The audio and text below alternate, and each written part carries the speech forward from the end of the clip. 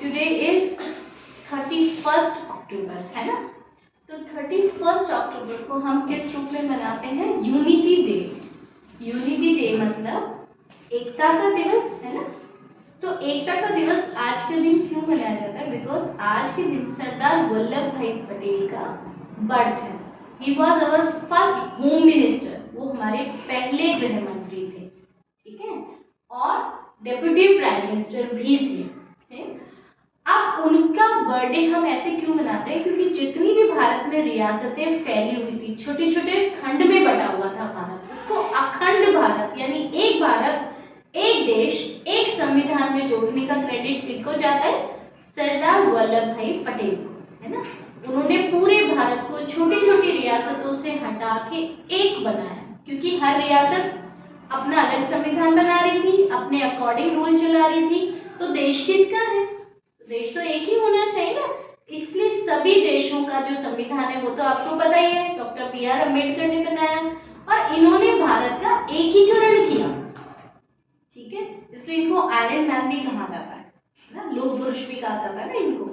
तो एकीकरण करने में इनके सामने बहुत सारे, जैसे 562 रियासतें थी भारत में, उन सबको ज्वाइन किया और कश्मीर को ज्वाइन करना तो बहुत ही डिफिकल्ट था और वो भी इन्होंने काम किया। अब इनकी महान त्याग की चर्चा बहुत कम की जाती है, इनका महान जो त्याग था उसकी चर्चा कम की गई है। कैसे? आपको याद होगा भगवान राम का राज तिलक होने वाला था, है ना।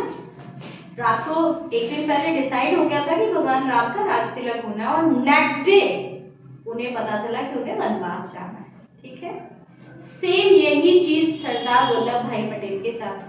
उस टाइम पूरी प्रायोरिटी थी कि इनको ही प्राइम मिनिस्टर बनाया जाएगा, ठीक है।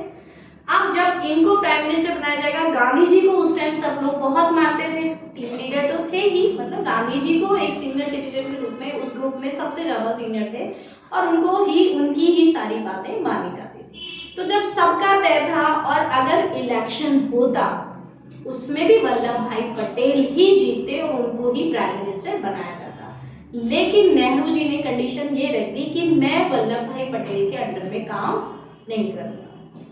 समझ रहे हो? तो वल्लभ भाई पटेल के अंडर में काम नहीं करूंगा। तो गांधी जी अब देश को फिर से दो भागों में नहीं बांट सकते थे, है ना, क्योंकि कितने मुश्किलों से इन्होंने देश को एक किया। उसके बाद सोचिए कोई प्राइम मिनिस्टर बनने वाला हो और गांधी जी ने उनके सामने ये रखा कि अगर आप प्राइम मिनिस्टर बनते हो तो देश फिर दो टुकड़ों में बट जाएगा। तो इन्होंने अपने हित का त्याग करके, खुद का त्याग करके, अपनी एम्बिशन रही थी या नहीं रही थी वो हम नहीं कह सकते, लेकिन प्राइम मिनिस्टर बनना एक बहुत बड़े गौरव की बात होती है और एक इतने बड़े विशाल देश, है ना। उन्होंने कहा कि कोई बात नहीं, आप नेहरू को ही प्राइम मिनिस्टर बना दीजिए। तो देश को इतना सर्वोपरि उन्होंने रखा, ठीक है, इतना सर्वोपरि उन्होंने देश को रखा और अपने पद का त्याग किया और नेहरू प्राइम मिनिस्टर बने, ये होम मिनिस्टर बने और फिर पूरे देश को इन्होंने एकीकृत किया।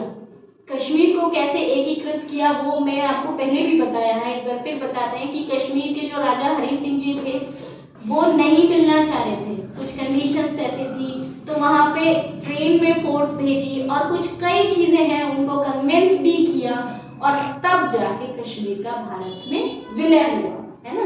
कुछ और रियासतें थी जो नहीं ज्वाइन होती और कुछ जो चीजें आज भी अलग है वो अलग ही हैं, जैसे सिक्किम आपका है ना। तो इन्होंने जो भारत का एकीकरण किया और इनका महान त्याग देश के लिए जो था, सिंपल वस्त्र पहनना, उसको हम बार बार नमन करते हैं और ऐसे ही विद्वानों की वजह से, ऐसे ही लोगों की वजह से आज भी हमारा देश अखंड बना हुआ है ना। अंग्रेजों ने तो ये सोचा था कि कोई बात नहीं, यहाँ पे कोई ऐसा है नहीं, फूट डालो राजनीति कर। उन्होंने सोचा भारत और पाकिस्तान तो हमने बना दिया, थोड़े दिनों में ये लोग संभाल नहीं पाएंगे और वापस हम यहाँ इंडिया पे आके राज्य कर लेंगे।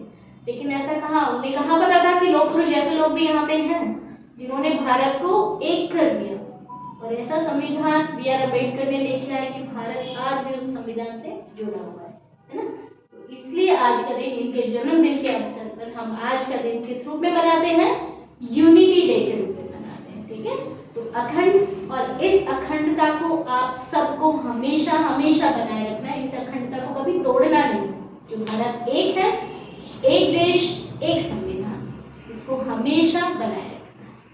ठीक है, जय श्री राम।